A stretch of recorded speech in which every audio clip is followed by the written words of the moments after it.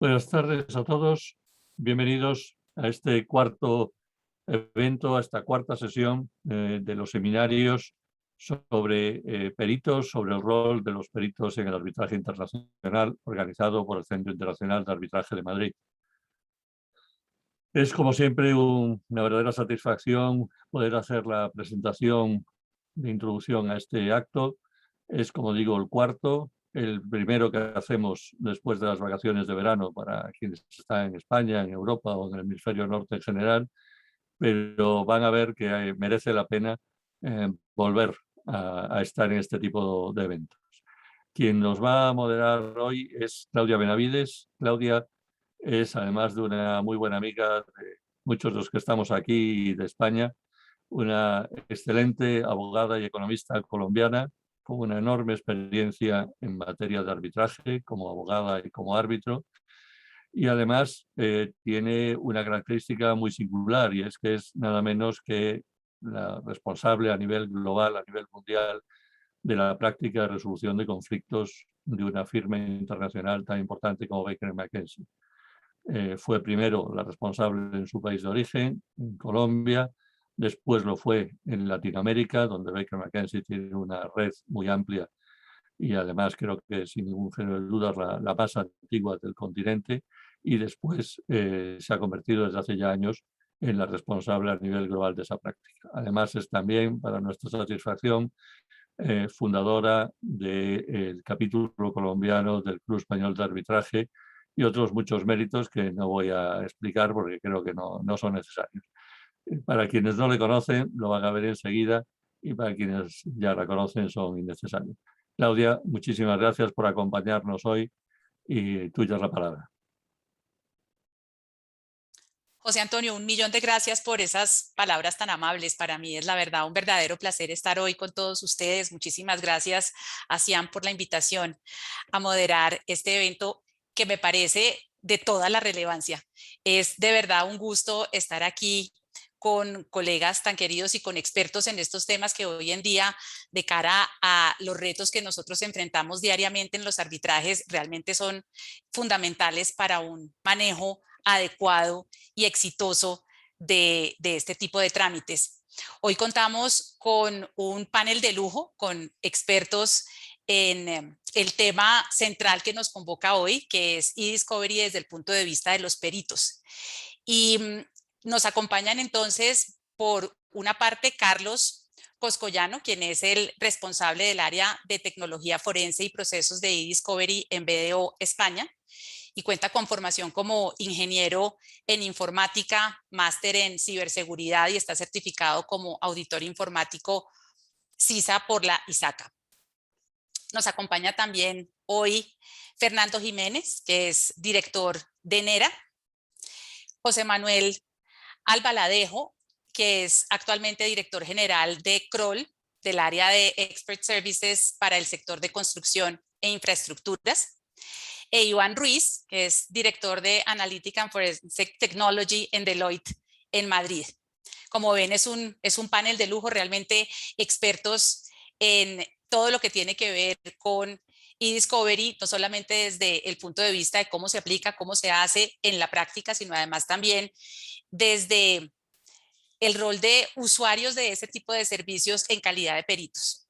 Para no demorar más entrar en materia, me gustaría empezar con una explicación sobre qué es eDiscovery desde el punto de vista conceptual.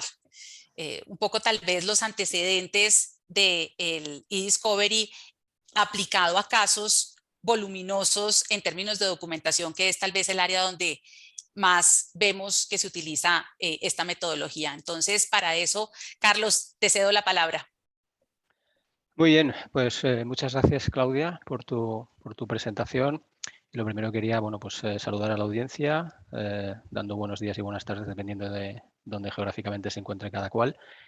Y dar las gracias, por supuesto, a FIAM, primero por introducir este tema, que como ha dicho antes José Antonio, pues es un tema creemos que es relevante y que evidentemente los que nos dedicamos a ello profesionalmente, pues nos es grato que se traiga paneles como este.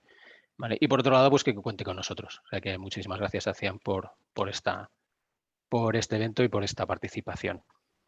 Bueno, tal como comentabas, Claudia, a ver, el objetivo principal de un proceso de discovery, se conozca o no se conozca y entre en un tipo de situación u otra, bien sea por un caso litigioso o por cualquier otro tipo de caso de investigación,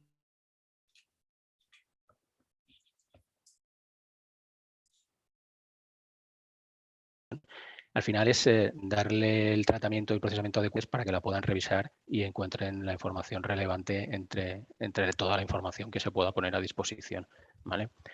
Entiendo que como nuestra audiencia, la mayoría de ellos son abogados, yo no me voy a permitir ninguna licencia para explicarles lo que es el Discovery, ¿vale? Y el e-Discovery como evolución, puesto porque esto, bueno, viene del derecho anglosajón, está arreglado por el sistema civil y las reglas civiles en Estados Unidos y en Reino Unido, y formando parte de ese procedimiento y de esas reglas, pues prácticamente lo que consiste es poner a disposición de las partes una serie de documentación relativa a un determinado caso, que con el tiempo ha ido evolucionando y ha pasado de ser mayoritariamente en papel a mayoritariamente en formato electrónico. Por lo tanto, pues esas mismas reglas que regulaban el Discovery, entendido como tradicional, pues han ido aplicando a lo que se ha ido evolucionando como el e-Discovery, ¿vale? Recopilando fuentes de información en formato electrónico y dando un sentido y una organización a todo el proceso de trabajo, dividiéndolo, el tratamiento que haya que darle a los datos y quién lo vaya a dar, ¿vale? Y ha ido evolucionando y ha creado también su propio marco regulatorio y su propio marco de trabajo, que entiendo que hablaremos de él a lo largo de la sesión, en una especie de asociación o organismo denominado EDRM, Discovery Reference Model, que bueno, pues eso, ha creado ese marco de trabajo que nos sirve a todos, los más puramente técnicos y los más puramente juristas o abogados en pues ese tratamiento y procesamiento y recopilación de la documentación. ¿De acuerdo? Muchas gracias, Carlos. Y la verdad es que hoy en día, en términos de las pruebas documentales con las que contamos en los arbitrajes, pues la gran mayoría de ellas están en formato electrónico y es cada vez más extraño aportar a los diferentes trámites arbitrales pruebas en, digamos, documentos impresos, escritos que no estén en formato electrónico. Pero también eso mismo ha hecho que la cantidad sea excesivamente voluminosa. No porque antes cuando era en papel impreso no lo fuera, pero el hecho de que ahora la información y la mayoría de la información esté en formato digital hace que los volúmenes sean enormes, inmensos. Y ustedes obviamente deben tener una metodología, como tú lo mencionabas ahora, Carlos, para asegurar que esa revisión y búsqueda de documentación en formato electrónico pues, se haga de una manera eficiente. Me gustaría preguntarte, Iván, ¿cuáles son en términos generales esas fases que ustedes aplican cuando se trata de adelantar un proceso de e-discovery? Sí, muchas gracias, Claudia. Y me uno a los agradecimientos a Cian y a todos los participantes por asistir a este evento, como apuntaba Carlos. Atendiendo a tu pregunta, lo cierto es que, y ya lo ha explicado Carlos, o sea, un proceso de discovery, valga la redundancia, es eso, es un proceso. Y la relevancia de utilizarlo es ser capaz de dar todos los pasos para garantizar no solo la eficacia probatoria de la localización de los documentos relevantes y que se aporte todo lo que es necesario, porque además, como apuntaba Carlos, sobre todo entendido en el sentido anglosajón, un proceso de e-discovery en el que estás obligado a poner a disposición de la otra parte determinada documentación, tiene serias implicaciones si no eres capaz de localizar documentación que obra en tu poder, la otra parte lo sabe y no eres capaz de aportarlo. O sea, puede ser muy problemático si no se es capaz de cubrir ese requisito. E incluso en el sentido de derecho continental, que lo utilizamos más como una herramienta para eficientar, no deja de ser igualmente relevante el asegurarnos de que está todo lo que es y es todo lo que está. Con lo cual, efectivamente, es muy relevante tomárselo como un proceso en el que abordar muy distintas etapas. Voy a omitir o pasar muy por encima de una primera etapa cero, incluso, que sería el entender dentro de las compañías que formen parte de la controversia en el arbitraje, entender bien sus procesos de gobierno interno, porque como muy bien apuntaba Claudia, es que ahora prácticamente todo está en digital. Antes, o hace 15 años, como decía Carlos, pues los procesos de discovery casi consistían en: tome usted un disco duro, que aquí ya hay documentación, lo que necesito es que me ayude a clasificarla.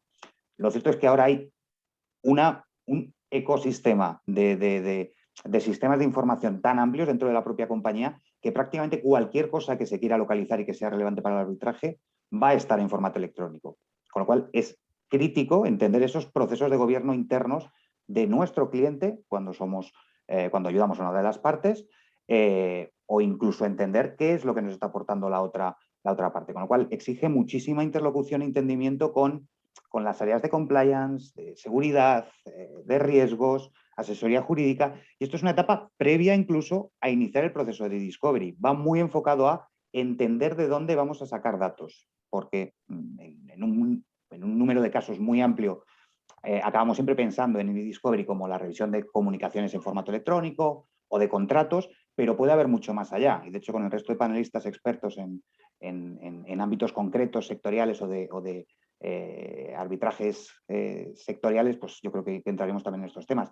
Puede que no siempre esa relevancia esté en un documento, en un contrato, sino que haya que abrir la mente a otros sistemas, ¿no? Con lo cual es crítico abordar, los enumero muy brevemente, simplemente porque los tengamos todos en mente, aunque siempre es bueno contar con una ayuda en todas estas etapas, sobre todo para esa interlocución cada vez más técnica, cada vez más necesaria, ¿no? Esa identificación de fuentes de información es crítica, como decía, en primera instancia, y a partir de ahí una preservación y adquisición de los datos. La preservación entendida como que no se pierdan datos. También es un concepto muy del mundo del e-discovery anglosajón, aplicar el legal hold, que se traduce en que cuando se inicia un problema, cuando tiene el origen la controversia, hay que asegurarse de que nadie destruya información, tanto por nuestra propia defensa como porque la otra parte sepa que obra en nuestro poder, ¿vale? Con lo cual esa etapa de preservación de las fuentes de información es crítica, y contar con alguien que ayude a garantizar que se genera una copia forense, ¿vale? Creo que luego hablaremos también un poco más de la relevancia que tiene a efectos probatorios, a efectos de trazabilidad, porque lo importante en este proceso es que todo sea auditable, que todo sea trazable y que haya una garantía de autenticidad, ¿vale? Luego hay 3 etapas eminentemente técnicas, bastante transparentes para el equipo más de asesoría legal, pero que son críticas: la parte de procesamiento y de análisis, ¿vale? Para ello, pues utilizamos tecnología, utilizamos ayudas que nos permiten clasificar de manera semiautomática los contenidos, los documentos, los correos, los contratos, y a partir de ahí ordenar un entorno de revisión, ¿vale? Porque hay otra etapa que es la revisión. Por más que hablemos de tecnología, inteligencia artificial, ayudas tecnológicas, en un proceso de discovery, precisamente porque es fundamental la garantía y asegurarse de que todo lo que se aporte es correcto, siempre va a existir una fase de revisión manual como mínimo para asegurar que lo que se está localizando es relevante, y si luego requiere procedimientos de tratamiento adicionales en la fase de production, puede haber contenidos que necesiten ser aportados pero que tengan unas partes sujetas a privilege, o que tengan información confidencial, sensible, o PII, Personal Identifiable Information, que sea necesario anonimizar. Es decir, el e-discovery comprende todas estas etapas que nos llevan a pasar de un gran volumen de información a un set de documentos con una alta relevancia. Es decir, es este proceso que nos ayuda, como siempre hablamos los que nos dedicamos a esto, a utilizar este embudo en el que pasemos de mucho volumen no muy relevante a muy pocos documentos que sean críticos para el arbitraje. Excelente, Iván, mil gracias. Muy claro, y para nosotros, digamos, creo que para los abogados que representamos a partes en un procedimiento arbitral, es fundamental entender cuáles son esas etapas para poder asimismo organizar adecuadamente el cronograma de trabajo, si se quiere, que siempre es fundamental también en este tipo de tribunales de arbitramiento con etapas complejas y con documentación tan voluminosa. Tú mencionabas un punto en particular que es el relacionado con la trazabilidad, y me gustaría tal vez retomar de pronto, volver a Carlos con este punto, porque me surge la pregunta, y tal vez para nosotros como abogados ese es un tema crítico y entenderlo un poco es útil. ¿Cómo se asegura en ese proceso de e-discovery la trazabilidad hasta el origen de los datos, su integridad, que no haya sido adulterado el contenido de los datos o de los documentos? Perfecto, pues a ver, en todo tratamiento y procesamiento de datos, y el e-discovery aquí no es especial, es imperativo, como bien comentabas, preservar y mantener en todo momento la integridad y la originalidad de los datos, ¿vale? Entendiendo la originalidad como el contenido que un determinado fichero o documento tiene en una determinada versión o en un determinado momento, ¿vale? Entonces, una característica muy particular, que además no es aplicable a la documentación en papel conocida tradicionalmente, es que los ficheros electrónicos, aparte del contenido que pueda tener cada fichero, dependiendo del formato que sea y de lo que trate, lo que tiene asociados es una información electrónica denominada metadatos o metadata, que es parte del fichero, que tiene que ser preservada y tratada junto con el fichero, y que si se modifica, está modificando esa integridad y esa originalidad del documento. Por lo tanto, durante todo el proceso, y como comentaba Iván en las etapas, y sobre todo en las etapas primeras de identificación y preservación, lo que tenemos que asegurar es que efectivamente estamos llegando al dato que es, y cuando saquemos una copia de ese dato o nos proporcione nuestro cliente o las partes una copia de ese dato, esa copia no vaya a mantenerse, vaya a mantenerse exactamente igual en todo tratamiento y procesamiento que hagamos durante el proceso de discovery, apoyándonos, evidentemente, en las herramientas que nos proporcionan pues, las funcionalidades y capacidades adecuadas para mantener esa funcionalidad, ¿vale? Y además de mantener y preservar esa originalidad y esa integridad, las herramientas lo que nos permiten es llevar una trazabilidad, ¿vale? ¿Cuándo hemos incorporado ese dato? Si hay datos similares unos con otros, si existen distintas copias de un mismo documento, dónde estaban y quién las tenía en cada momento, dependiendo de las fuentes de información que finalmente tratemos. Y las partes que se incorporan a ese proceso de discovery, ya a lo mejor pues, en etapas posteriores más de la revisión, como por ejemplo vosotros los abogados podéis estar acostumbrados, podáis saber de dónde viene ese dato y si ese dato dentro del proceso de discovery ha sido ya revisado a lo mejor en una fase posterior, en una fase primera, en un primer análisis, pues para, digamos, en tratar de encontrar aquella documentación que pueda ser más relevante y eliminar aquella que no lo sea, etcétera. Y que se sepa pues quién la ha visto, quién la ha revisado, qué comentarios ha añadido al documento en cuestión, etcétera. Y que se sepa que si es parte del trabajo y del proceso de discovery, está dentro de esa base de datos que podíamos equiparar, que hemos creado con la ayuda de las herramientas, donde hemos contenido toda esa información de las distintas partes. Si está ahí contenida, va a mantener siempre su formato y su originalidad, ¿vale? Eso nos lo proporcionan principalmente las herramientas informáticas que han ido apareciendo en el mercado pues al hilo de los procesos de discovery, y que la verdad es que nos ayudan tanto a nosotros los técnicos a procesar esos grandes volúmenes de información de los que tú comentabas, Claudia, como a vosotros los abogados y al cliente y a las personas que al final son las que tienen que entender cuál es el contenido de esa información, tienen que determinar si es relevante para el caso, si no, si se está tratando o si se debería enfocar la revisión de una manera u otra para tratar de llegar a encontrar determinadas piezas relevantes, etcétera, etcétera. Esas herramientas, como digo, hacen de nexo de unión y hacen también de contenedor seguro, que nos permite a nosotros como técnicos saber que efectivamente todo lo que está ahí está procesado según las reglas que hayamos puesto de procesamiento, y a vosotros como asistentes, digamos, externos al proceso, pero que vais a utilizar las herramientas de revisión, saber qué información está contenida, en qué formato, quién la ha revisado, de dónde procede, y que bueno, pues durante todo el proceso de información va a seguir en ese mismo formato, en ese mismo contenido y en esa misma originalidad que mencionaba anteriormente. Carlos, tú haces referencia a la revisión. Para uno, en el equipo legal es siempre, digamos, muy importante asegurar que cuando se hace esa revisión de la documentación en formato digital, en formato electrónico, realmente se esté cubriendo el universo completo de documentación y realmente se asegure que sí se están localizando todos los documentos que son relevantes al caso concreto. Cuando Iván nos estaba explicando las diferentes etapas que se aplican en este proceso de e-discovery, hablaba específicamente de la etapa de revisión. Y tú también la has mencionado ahora, Carlos. Me gustaría de pronto, volviendo a Iván, ¿cuáles son, digamos, esas opciones que hay desde el punto de vista de revisión de la información que aseguran, digamos, que sí se obtiene la documentación que se está buscando, y qué criterios tienen ustedes para definir entre esas diferentes opciones que tengan de revisión de documentación cuál es la más adecuada para el caso concreto? Y tal vez antes de pasarte la palabra, me gustaría recordarle a quienes nos acompañan hoy en esta sesión que están invitados a hacer las preguntas que quieran, aprovechando a nuestro panel de expertos usando la función del chat.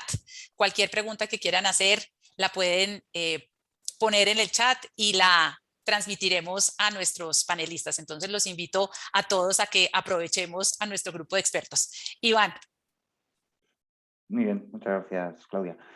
Pues yo diría que, reforzando lo que tú misma apuntabas, o sea, lo que es clave en la etapa de revisión es que nos aseguremos de que todo lo que es relevante se ha localizado y que pasa a las siguientes etapas del proceso de discovery, si es necesario hacer una production, si es necesario aportarlo a la otra parte, etcétera, etcétera. Pero esa etapa crítica en la que se localizan y etiquetan los documentos como relevantes o se marcan para tener tratamientos adicionales de anonimización o cualquier otro proceso adicional, debe realizarse en ese momento. Y la respuesta muy rápida de cómo asegurarnos de que encontramos toda la información necesaria, con una palabra, sería tecnología. Sé que es como un cliché, pero lo desarrollo brevemente. Aquí sí que es cierto que es muy importante que tomemos el proceso de discovery primero sin miedo, segundo asistidos por quienes nos pueden ayudar a manejar estas herramientas, y tercero confiando en que, aunque tenga una complejidad técnica o tecnológica por detrás, va a estar en las etapas anteriores o en el aseguramiento de los datos, en el procesamiento, en el generar esa base de datos de la que hablaba Carlos, que nos asegure toda la trazabilidad, etcétera, etcétera. Pero en la etapa de revisión, estas herramientas están diseñadas de tal manera que el revisor final, quien tiene que tomar la decisión sobre si un documento, sobre si un elemento es relevante o no, son bastante amigables. La complejidad puede venir de nuevo de parte del técnico en función de cómo queramos planificar esa revisión, porque existen distintas opciones. Y que yo creo que uno de los grandes parámetros para tomar la decisión sobre cómo abordar una u otra viene dado por el volumen y también por un tema de costes, porque obviamente lo ideal es revisar el 100% de la documentación y tomar una decisión individual sobre cada documento, pero obviamente en términos de coste, cuando tenemos volúmenes masivos, esto no es una opción. Sin embargo, si la revisión es relativamente pequeña, todavía existen revisiones lineales. Por ejemplo, ¿a qué me refiero con una revisión lineal? Por ejemplo, si lo que hemos tenido es una entrega de documentación en formato electrónico por la otra parte y lo que necesitamos es revisarla por un equipo de revisores, etiquetarla, clasificarla, pero asegurarnos de que le revisamos el 100% de esa documentación, la tecnología en este caso únicamente nos va a ayudar a efectos de dotar de un entorno desde el que los revisores puedan acceder a los documentos, perdóname la expresión, sin pisarse entre ellos. Es decir, que sea una revisión ordenada, que no se solape, que un documento que esté revisando una persona no lo revise otra, que no haya conflictos entre el etiquetado de un mismo documento, pero sería una revisión totalmente lineal. En un escalón un poco superior a nivel de sofisticación tecnológica, estaríamos hablando de cómo localizar contenidos con criterios objetivos. Yo creo que también es un término que manejamos ya todos y con el que estamos familiarizados, que estaríamos hablando pues, de las famosas keywords, ¿no? Podemos sofisticarlo un poco más, creo que tampoco es el objeto de la sesión de hoy y tampoco por el tiempo que tenemos, pero este concepto de keywords podría sofisticarse algo más, haciendo búsquedas conceptuales, filtros más complejos, pero porque nos entendamos todos, este segundo estadio de búsqueda de criterios objetivos, por lo que pasarías por una buena planificación, por una buena interlocución con el asesor legal, que defina cuáles son esos criterios, que el operario técnico programe estas consultas sobre el entorno de eDiscovery y que los revisores se aseguren de que lo que se está localizando de acuerdo a esos criterios, que esas keywords se están localizando bien. De nuevo, esto es casi más un ejercicio de planificación o de organización del trabajo que un proceso tecnológico. Se pueden establecer distintos niveles de revisión para asegurar un control de calidad sobre lo que se etiquete en un primer nivel. Se puede hacer un control de calidad sobre documentos descartados, sobre una muestra con base muestral, para asegurarnos de que los descartados efectivamente lo son y que los relevantes efectivamente lo son, pero no deja de ser un proceso técnico de sofisticación media. Y ya estaríamos hablando en un tercer estadio de cuando tenemos volúmenes masivos y muy poco tiempo de revisión, el utilizar pues, nuevas técnicas más sofisticadas de inteligencia artificial en la que la propia herramienta nos ayude a localizar contenidos. Estamos hablando principalmente porque os suenen dos principales términos, TAR y CAL, el Technology Assisted Review y el Continuous Active Learning. Los dos son técnicas primas hermanas que lo que nos ayudan es a que en base a decisiones pasadas, es decir, a lo largo de un proceso de revisión manual en el que se etiquete un documento como relevante o como no relevante, el Technology Assisted Review lo que hace es extrapolar los resultados de esa clasificación al resto de documentos, se crea un modelo y en base a el texto que contiene el resto de los documentos decide que si contienen términos similares puede, con un grado de probabilidad X, ser relevante un documento que no se ha revisado. ¿Por qué digo que esto aplica cuando hay poco tiempo? Porque al final lo que no vamos a tener es una garantía al 100% de que el modelo funcione perfectamente, como no lo tiene ningún modelo. Pero en poco tiempo, con un etiquetado de manual de una población reducida, podemos extrapolar resultados al 100% de la población. O al menos utilizar una asistencia a la revisión, que sería el Continuous Active Learning, que se basa en, por lo que entendamos todos, pues como Amazon o Netflix, en que aunque no etiquete de manera automática, sí que prioriza dentro de la revisión aquellos documentos que puedan ser similares a otros que ya se han etiquetado como críticos. La típica sugerencia de si este contrato fue marcado como relevante, con base en el contenido que contienen estos 10, podría ser relevante que revises primero estos porque parecen similares a otros. Creo que he lanzado como muchos conceptos. La idea fundamental, en el fondo, acaba siendo tecnología, que está para ayudarnos, y segundo, planificación e interlocución. Dependemos mucho de los plazos, de los volúmenes y de los objetivos que marquemos con el asesor legal del cliente.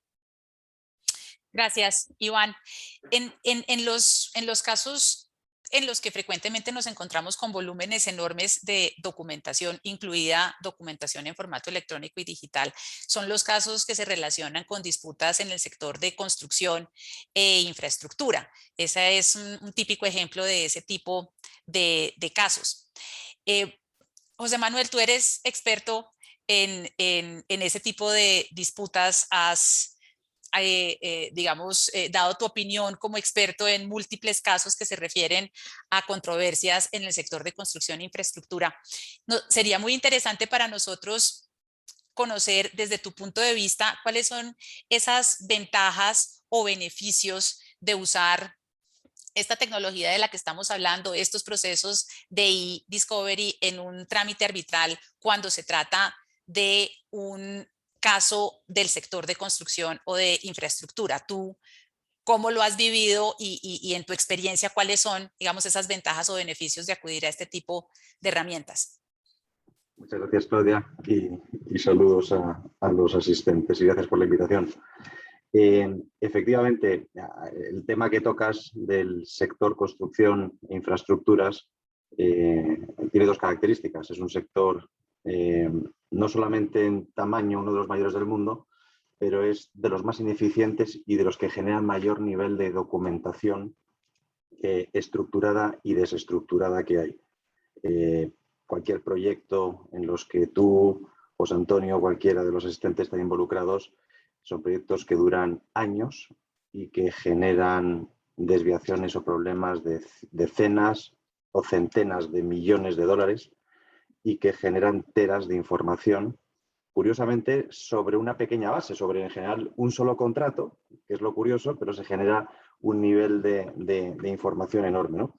Antes hablaba Carlos Coscollano sobre la evolución que había habido en el sector, y esa evolución se lleva a otros niveles, y me refiero a la comunicación. Es decir, todos sois conscientes o somos conscientes que el uso de herramientas digitales de comunicación lo que ha hecho, además de otras cosas, ha sido multiplicar los volúmenes de información a niveles absolutamente enormes.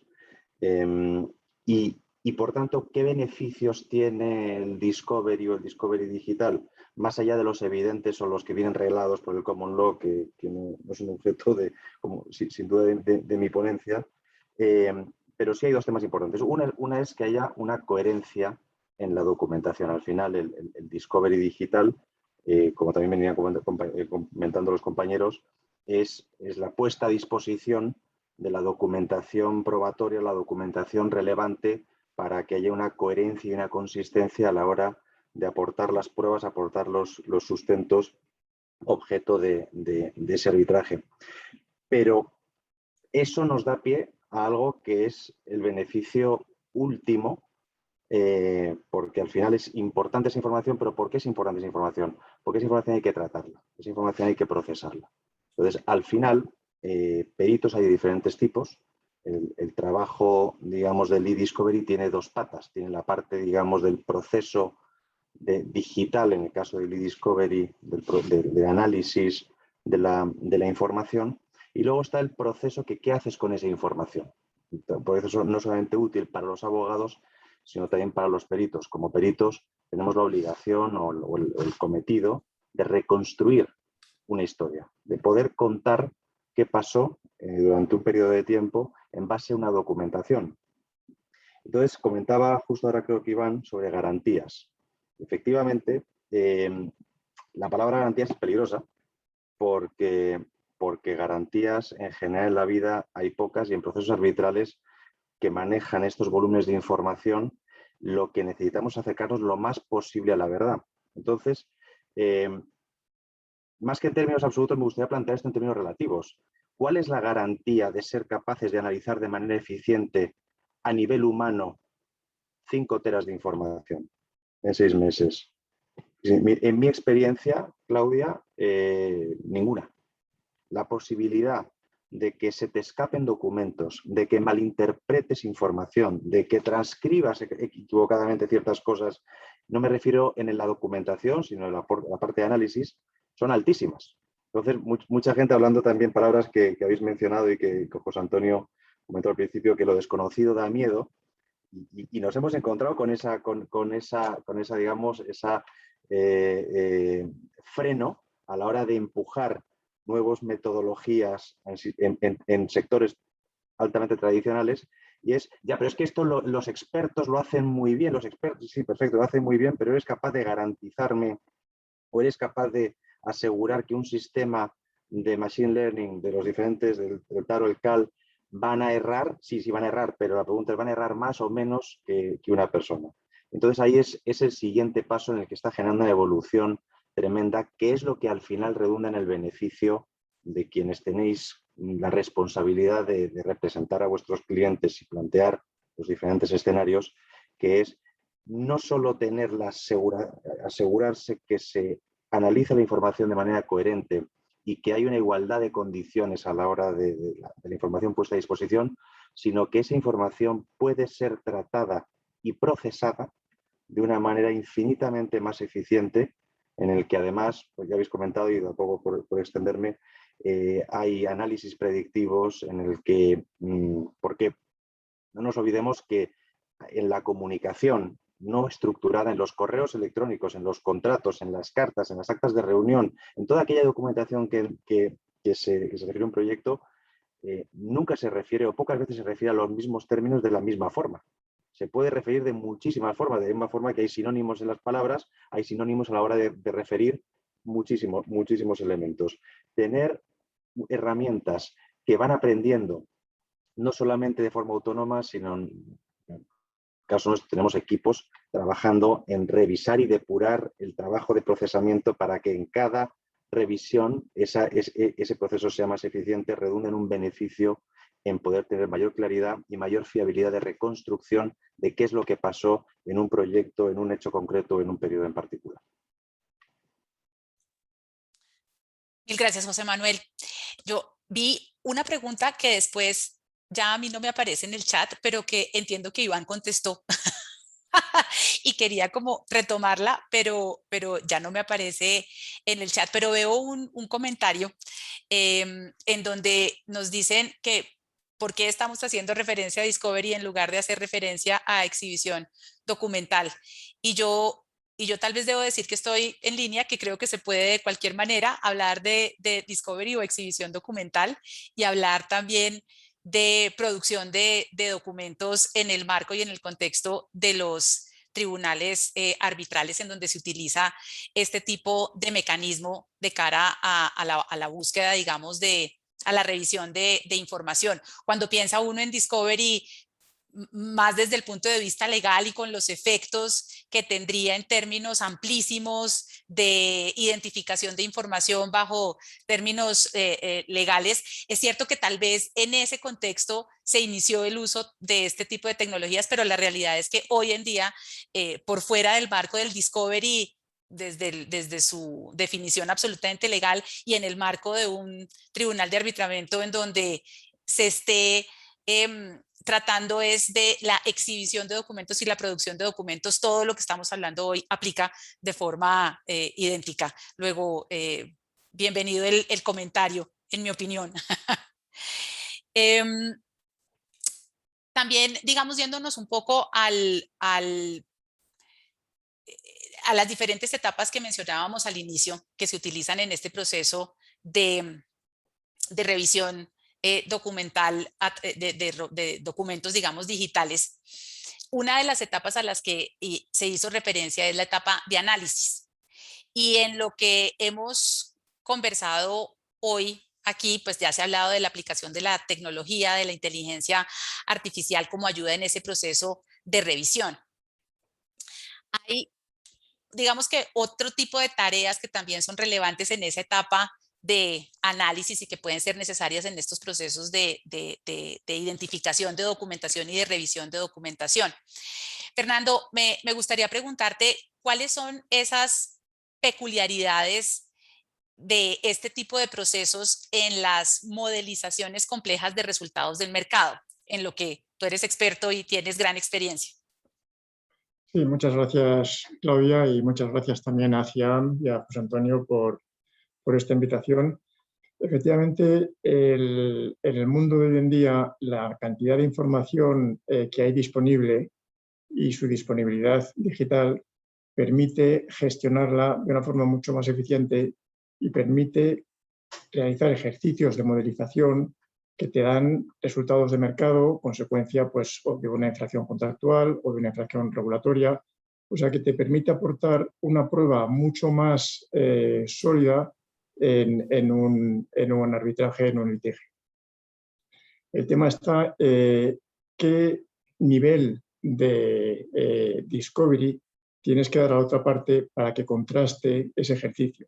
Lógicamente puede ser muy sofisticado, puede ser una modelización muy sofisticada utilizando mucha información, pero para que sea creíble tiene que ser contrastable. La cuestión es, incluso si fuese información pública, si a la otra parte debe tener toda la información procesada en formato electrónico de forma que la replicación o la comprobación de los resultados sea muy sencilla, pues si basta con la referencia, la explicación, para que también tenga que realizar todo el ejercicio. Entonces yo creo que esa es una cuestión en la que normalmente cuanto más sencilla sea la réplica, mejor, más creíble será todo el proceso, pero también más vulnerable, lo cual también exige un trabajo mucho más minucioso, mucho más transparente, todos los supuestos que has utilizado, toda la información que has utilizado, la información que no has utilizado también. O sea que se plantean muchas cuestiones de cómo compartes esa información. Normalmente está procesada en softwares estadísticos medianamente sofisticados, con lo cual se supone que si la otra parte tiene un nivel de peritaje también suficiente, debería tener el software, con lo cual con dar la base de información procesada y los códigos del software ya podría replicarlos. Y se plantean otro tipo de cuestiones, por ejemplo, el diseño del modelo, si es muy sofisticado, si ha requerido mucha inversión y efectivamente tiene un valor en sí que es aplicable para otros ejercicios, pues hay temas de propiedad, si efectivamente tienes que compartirlo o no. En fin, se plantean diversas cuestiones que son relativamente nuevas y que yo creo, mi impresión es que se va haciendo camino sobre la marcha. Una cuestión que yo creo que es importante en este ejercicio de discovery y de contestación de los ejercicios y de las estimaciones realizadas es la posibilidad de poder replicar, porque efectivamente una vez que has desvelado, que has entregado todo tu trabajo de forma que sencillamente puede ser replicado y cuestionado, pues que tengas la posibilidad de defenderte en aquellos aspectos, bien sea en los supuestos realizados, en la solidez del diseño del modelo, etcétera, que tengas la posibilidad de réplica para un poco como contraprestación de ese esfuerzo de transparencia. Gracias, Fernando. En los comentarios veo que se está haciendo referencia al tema, a un tema que se discutió en relación con la fiabilidad de que la documentación encontrada en efecto cumpla con esa estrategia prevista por los abogados. Y tal vez aquí en este punto me parece importante, no sé quién de ustedes quiera hacer referencia al punto, y está relacionado también con alguna de las preguntas que mencioné anteriormente. Desde el equipo legal y uno como equipo legal y como abogado, siempre, digamos, su mayor preocupación es que ese proceso de revisión documental que se está haciendo utilizando estos mecanismos tecnológicos, en efecto, asegure de la mejor manera posible que se está ubicando la información que es clave, central, fundamental para el caso y que no se esté quedando por fuera ese tipo de información al utilizar estas herramientas tecnológicas. Si entendí bien el comentario que hizo José Manuel al respecto, creo que iba un poco al hecho de que cuando ese tipo de revisión se hace por parte de personas, de abogados, digamos, que es la manera tradicional en la que hacemos o veníamos haciendo anteriormente la revisión de la documentación, también podía ocurrir que documentos que fueran importantes de pronto no se identificaran o no se señalaran como documentos claves y relevantes, a pesar de aplicar pues todas las metodologías y herramientas posibles durante esa revisión hecha por equipos de personas para tratar de disminuir al máximo cualquier error en esa revisión de la documentación y asegurar que la revisión sea eficiente, completa y vaya a los puntos claves. Y lo que te entendí, José Manuel, es que con la tecnología pues pasa algo similar, aunque se reduce aún más la posibilidad de incurrir en ese tipo de posibles errores o fallas. Pero me gustaría, atendiendo al comentario que nos hacía ahora uno de los asistentes, creo que sí es muy importante como armonizar o aclarar tal vez cuáles son esos procedimientos que se siguen de cara a ese análisis y esa revisión para que nosotros como equipos legales sí nos sintamos tranquilos en el uso de estas herramientas y de estas tecnologías. No sé quién quiera aquí hacer algún comentario frente a ese punto. Si quieres, te comento sobre la parte primera, solamente Iván, Carlos o Fernando, del procedimiento formal tendrán mucha información más precisa. Desde el punto de vista del análisis de esa información, no sé si habéis visto esos dibujos de principios del siglo pasado en los barcos que cruzaban el Atlántico, que pasaban de ser de vela a vapor, y muchos de ellos durante mucho tiempo compaginaban la vela y compaginaban el vapor. No se fiaban que se fuese a estropear la caldera y por tanto mantenían la vela. En nuestra experiencia estamos en algunos aspectos un poco ahí. Quiero decir, la realidad es que en ciertos sectores, en el sector de la construcción sin duda es uno de ellos, en la etapa en la que se encuentra el análisis masiva de información a través de asistencia no humana, está en una etapa muy neonata, pero muy, muy neonata para lo que debe ser. Hay una gran evolución y son ciertas dos cosas. No se debe tener miedo al cambio cuando además está probado que el cambio y el apoyo que hoy estamos recibiendo a través de las herramientas y las programaciones de inteligencia artificial están ayudando, lo cual no quiere decir que con el rabillo del ojo, en paralelo, estamos haciendo también un chequeo tradicional de la información para asegurarnos que ese proceso de revisión no deja cosas relevantes. Eso, Claudia, no quiere decir que estamos garantizando que se revisa todo y cada uno de los documentos, no desde el punto de vista archivo, que por supuesto sí, me refiero desde el punto de vista análisis. Pero lo que estamos haciendo es multiplicando la potencia de tiro muchísimo. Y el sistema no es infalible, pero es un sistema que para todos aquellos que estáis más familiarizados utiliza metodologías y procesos de sentiment analysis en el cual ya no es que te diga blanco o negro o esto sí o esto no, sino que creo que comentaba antes David sobre cómo funciona el tema de que hay un contrato que se ha revisado y en función de qué has hecho con ese contrato el sistema aprende y te sugiere, oye, pues revísate primero estos otros.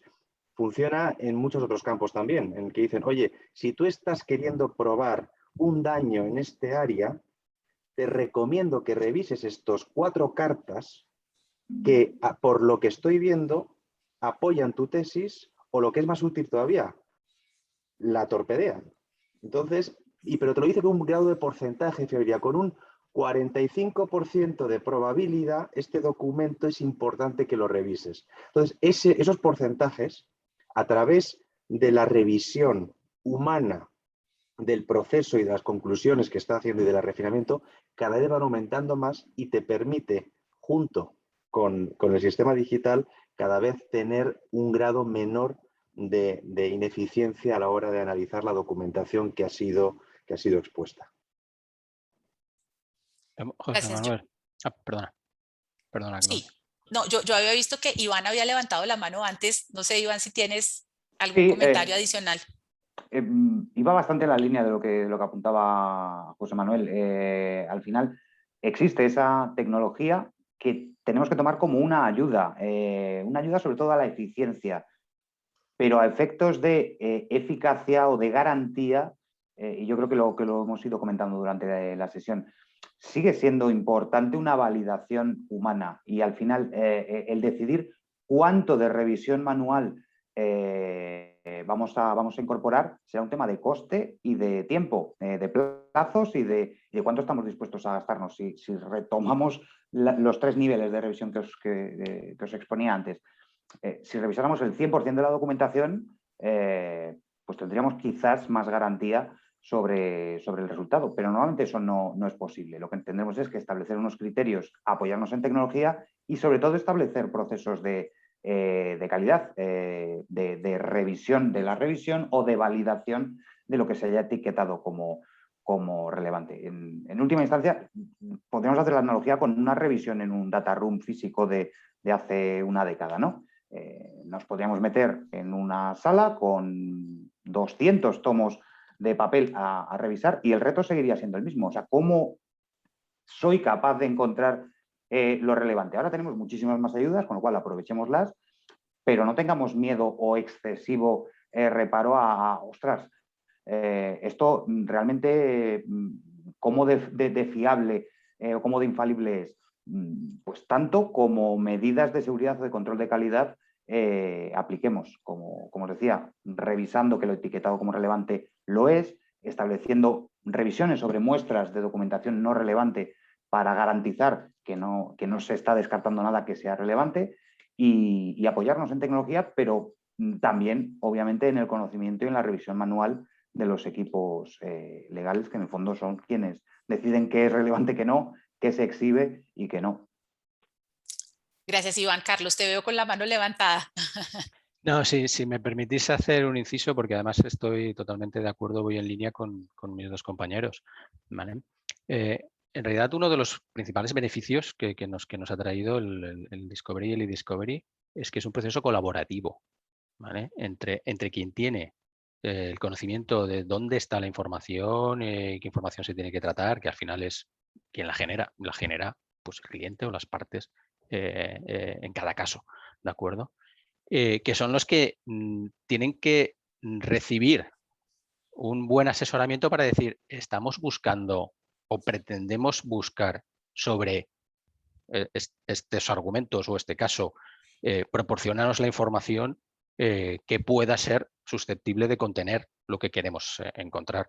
Como comentaba José Manuel en su exposición, no solo en su sector en concreto, sino actualmente en todos, se está generando muchísima documentación duplicada, triplicada y cuantiduplicada, que no genera nada, que no añade más que ruido y que dificulta al final el encontrar lo relevante. ¿Por qué?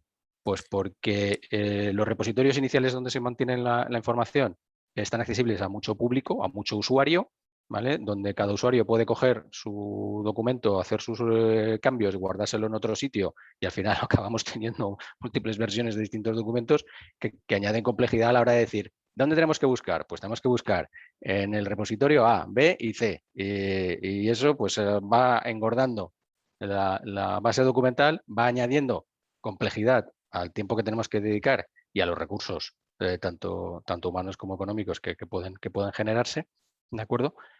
Pero con el eDiscovery podemos hacer esto desde un principio, podemos planificar y decir, a ver, si vamos a buscar sobre esto, descartemos repositorios que no vayan a tener esa documentación, ¿vale? Y que y nos quedemos con aquellos. Entonces podemos hacerlo de dos maneras el Discovery, para encontrar y para descartar. ¿Vale? Descartemos todo aquello que no es necesario meter en nuestro proceso, con lo cual vamos a ahorrar mucho. ¿Vale? Y no hemos empezado el Discovery, estamos planificando.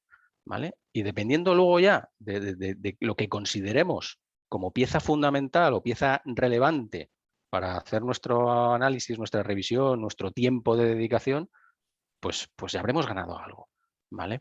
Y eso lo que tiene que plantear desde el primer momento, pues principalmente vosotros los abogados y los clientes, que sois los que conocéis sobre qué va a versar los distintos casos o los distintos análisis, ¿vale? Sí, es un trabajo conjunto, definitivamente. Efectivamente. Y eso yo creo que es uno de los grandes beneficios del eDiscovery, que se tiene que tratar como un proceso, no como una herramienta o como una tecnología o como una ayuda, sino como un proceso global en el que muchos distintos actores con distintas capacidades y con distintos objetivos van a trabajar conjuntamente y van a sacar algo valioso de todo ello, ¿no?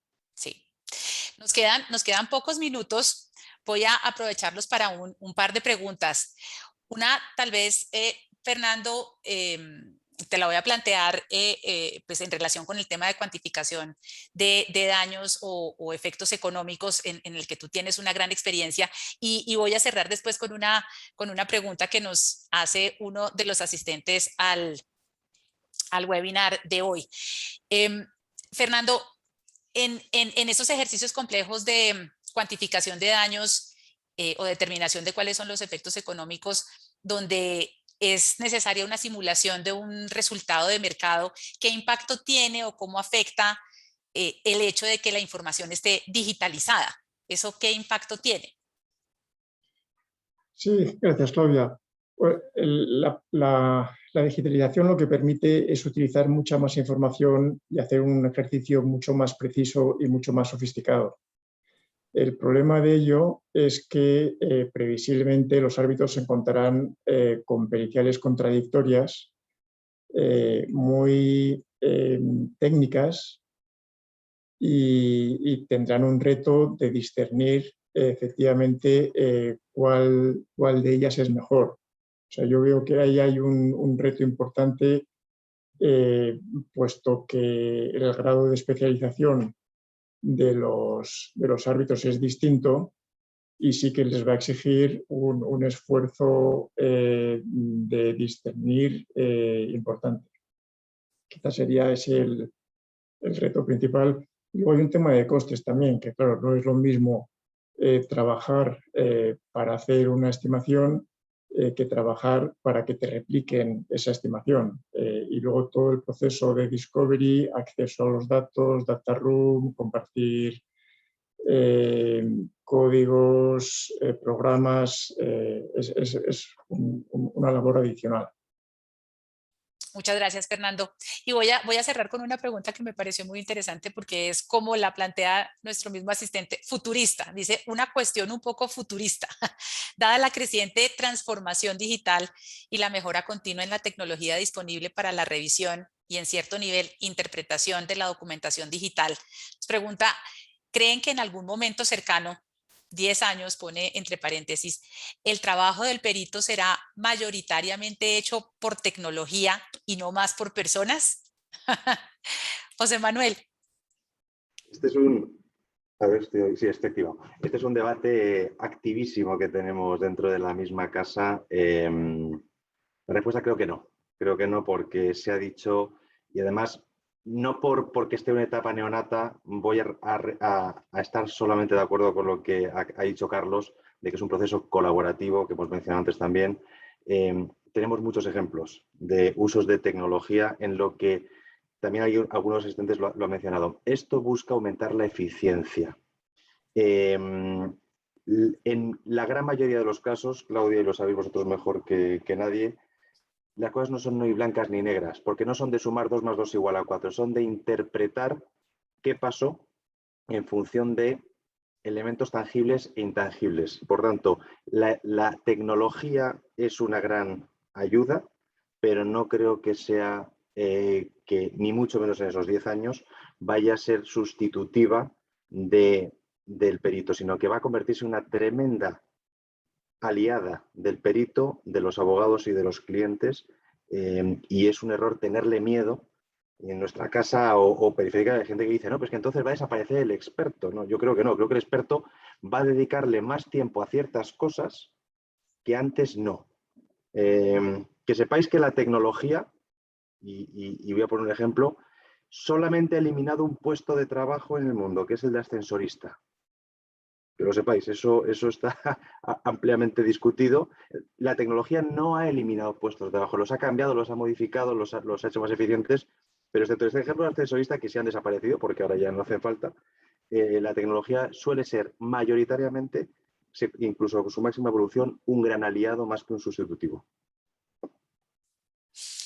Además, porque es una discusión, yo creo que es muy actual en muchos sectores, ¿no? En el sector legal también lo hemos discutido, hasta qué punto, qué cosas de las que hacemos van a ser sustituidas por inteligencia artificial.